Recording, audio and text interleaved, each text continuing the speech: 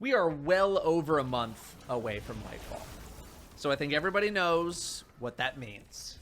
The how do I prepare for the Slayers update on CraftersMC Skyblock. Let's get into it. Even though that this video is a little bit late, it's literally like a week away from the Slayers update. This guide on how to prepare for the Slayers update should be relevant in current times. Now, the first things to prepare is to get as many useful items and gear as possible, starting with weapons and armor. The armor you want to be chasing here for the end game content is the current best armor in the game, the Frozen Blaze armor set. But obviously, not everyone has millions of coins to spend, so let's run it from the bottom up. If you're short on coins and need something quick, I suggest either the Lapis armor set with Growth 5, Protection 5, or the Hardened Diamond armor set with these same enchantments. Lapis armor is pretty easy to buy from the auction house, or you could farm it in the deep caverns. My opinion is to get enough coins to buy yourself the full set, as farming them is not really a reliable source. You could also go after the full Redstone set for its full set bonus, giving you a really good bump in mana and is a cheaper alternative and sometimes even better than the Magma armor set. And if you don't know how to farm for the Lapis or Redstone set, step 1, go to deep caverns. Step 2, come to Crystal Caverns. Crystal what? No, I need no! Hardened Diamond armor is pretty good as well, as it's a solid upgrade for your lower tiers of armor sets early game. It is a little more expensive, costing a pretty good amount of diamonds. However, if you're looking for a set that's guaranteed to be solid for starting out in the Slayers update, I reckon Hardened Diamond armor is the way to go for keeping you safe. If you don't have enough enchanted diamonds, or you don't have the recipe to craft yourself a set, I suggest you look in the auction house, as there is a lot of Hardened Diamond armor being sold there as well. Next, let's move on to weapons. The first recommended choice I have for everyone, and not for damage, is the Rogue Sword. If for some reason you don't have this in your hotbar or in your inventory, what are you doing? 50 mana for plus 100 speed to zoom around killing Slayers to farm faster. No complaints. Do it. The main weapons you really want to go after is either the Leaping Sword or the Frozen Scythe as your main damage dealing weapons going into Slayers. But just like the top armor mentioned previously, they are pretty expensive. If you don't have the coins, like most players, the next best things are the Golem Sword, the Zombie Sword, or the Emerald Blade. The Golem Sword only costing 2 stacks of iron blocks, or buying it from the auction house, is pretty cheap and with a pretty decent damage ability to use for damage as well. Overall, the Golem Sword is a solid pick for anyone who's looking for reliability on a budget. Moving next to the Zombie Sword, it does require a fair bit of killing zombies to get the resources necessary, mainly the zombie hearts, but I feel like it could be a great choice for the Zombie Slayer, especially if there's extra damage. Given that this is the Zombie Sword, it should grant extra damage, right? A niche pick, but nonetheless on the list. Next, I mentioned the Emerald Blade here, as if you've been mining a lot of emeralds, you can get a pretty nice damage bump from its ability. Quick editor's note here on the actual Emerald Blade itself. It would seem that it's been changed in terms of the actual ability itself. So instead of how much emeralds you've mined, it's now changed to how many coins you have in your purse, similar to the Midas Sword. So basically, if you got coins, big damage buff. But be prepared to lose a lot of coins if you're going to be going into Slayers with like 5 or 10 mil for this damage buff. So in my opinion, it's not really reliable for Slayers. Lastly, I want to mention that if you're really hurting for weapons going into Slayers,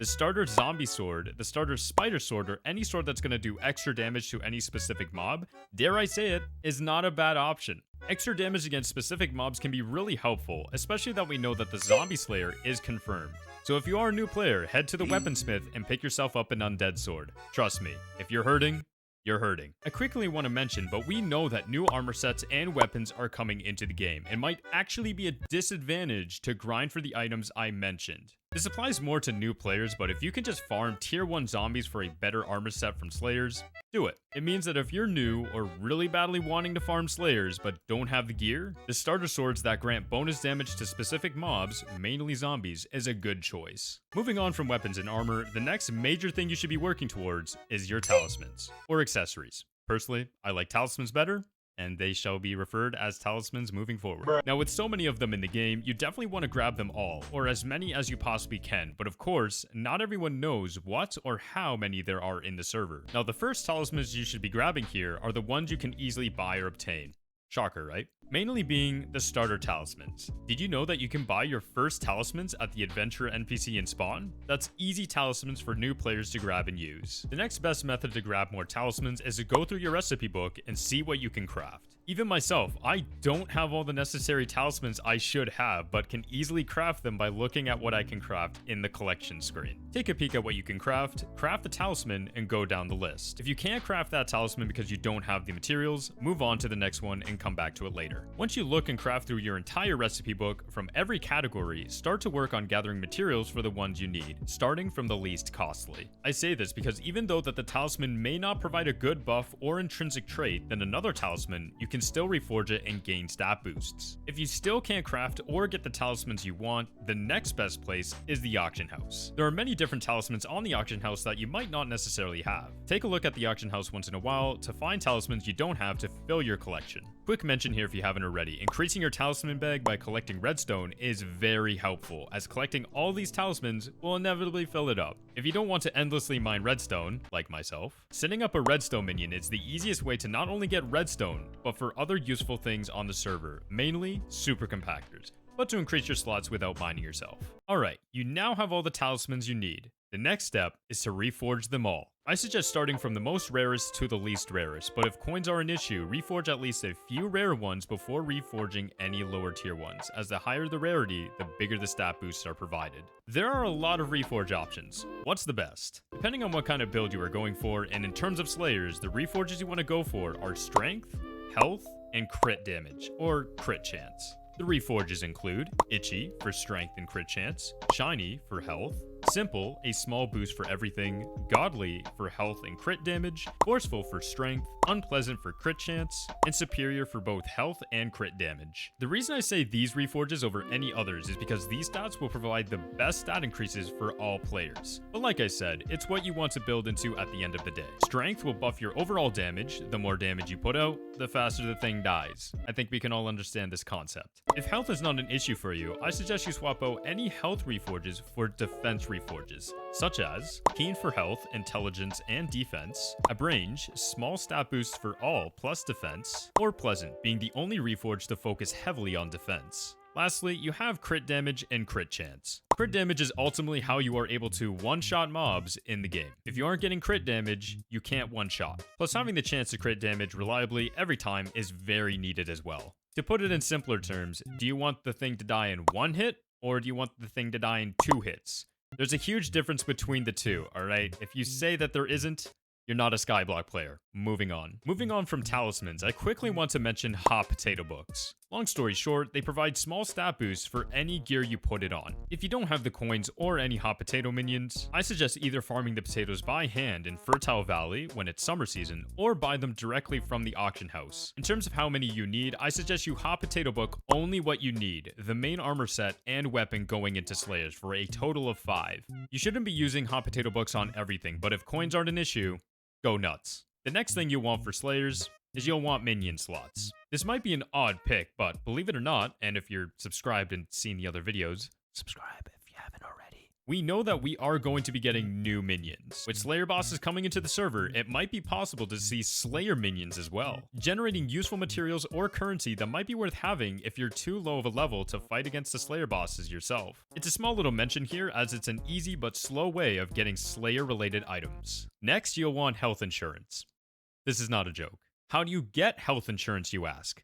I'm sure someone in the comments can provide a joke here. In all seriousness, you'll want to farm for extra health, mainly increasing your farm level. Raising your farming level will permanently increase your maximum health stat indefinitely and will make you stronger on the server. The best method to increase your farming level is to farm pumpkins. And no, this is not just because I'm the pumpkin lord, or Patrick is. The Watcher, the Pumpkin Watcher.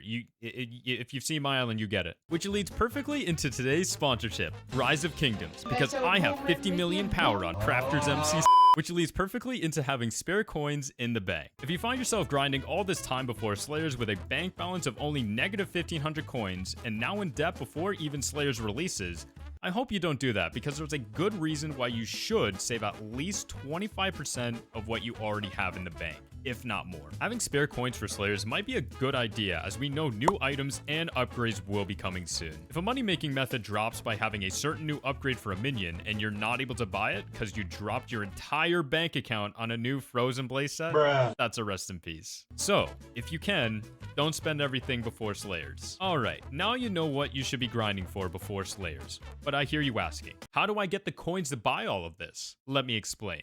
Slavery. Like I was mentioning earlier, increasing your maximum health is a really good way to be prepared for slayers, having more challenging enemies to face. So with that said, let's kill two birds with one stone. The first method to making coins fast is farming. Mainly pumpkins or potatoes. Starting with pumpkins, as it's the easiest crop to grow as well as to build a farm for them. Farming itself is super easy, and pumpkins being the best for selling in bulk. If you want the best pumpkin farm, just copy this layout on screen. Start it from one end of your island and finish it all the way at the other end of your island to maximize profits. And for reference, my pumpkin farm at the top of my island usually makes 32 enchanted pumpkins, 2 layers being a full stack.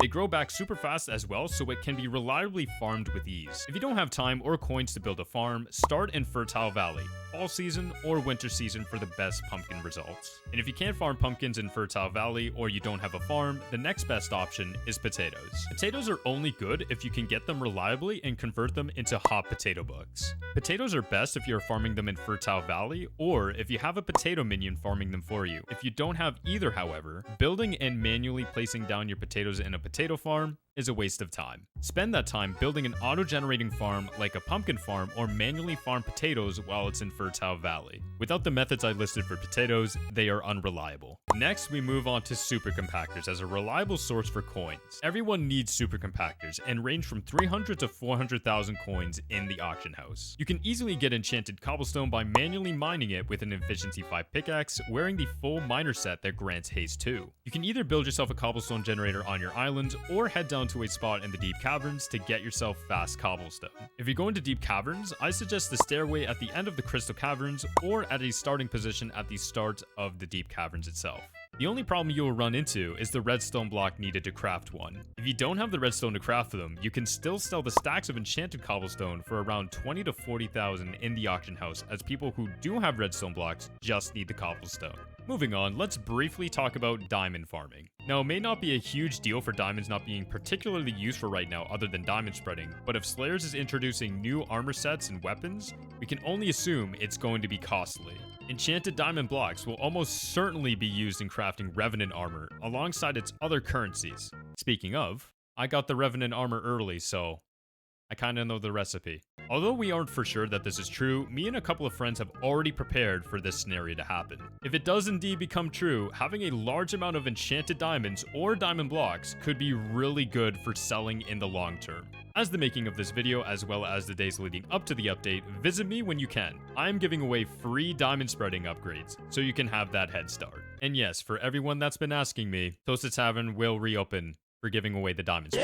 Another great money-making method is enchantment bottles. With new gear and potential new enchantments, everyone will need XP for them. A great way to get coins is by selling grand XP bottles, as it gives huge amounts of XP. A niche way of getting coins, but a method nonetheless. Moving past that, just like diamond blocks, the next money-making method, and I say this loosely, is enchanted string. Now, the best way to get enchanted string is a spider minion, right? It's actually the worst way to get string. Let me explain. If you were to have a fully upgraded spider minion with all of the upgrades, you will find yourself with a pathetic 32 enchanted string. Probably even less, to be honest. I don't even have the time to test this. It's just not a good idea. If you do or don't know this, the adventure NPCs sell string for 10 coins a pop. The best method of obtaining enchanted string is literally just buying it. But here's the thing. Some people, like myself, don't want to be sitting endlessly buying string and converting it themselves. Where do they turn? The auction house. In the coming of days, you will see a lot of people seeking enchanted string, as it will most likely be a very common currency to be used in crafting Slayer gear. In terms of a money-making method here, you can sell them in the auction house. You can reliably sell a full stack of enchanted string for around 200 to 250,000 coins. Now let's talk about enchanted pack dice, used to craft the Frozen Blaze armor set alongside the Frozen Scythe. With Slayers releasing, people will be ultimately wanting the best gear to take on the new Slayer bosses, or like a lot of people are hypothesizing, Enchanted Pack Dice will be used for the new Slayer gear as well. So farming for Enchanted Pack Dice either through minions or through manually mining it atop the frozen lake at the Sprite zone in the park, it autocorrected to Sprite, so it's called Sprite for today's video, is a good investment to see for the coming future. And there we have it. We have listed all the things you should be going after and grinding for, and how to get the coins necessary to purchase the items to be ready for the Slayers update on CraftersMC Skyblock. So here is a TLDR version, or a condensed version, of all the stuff we have listed here today.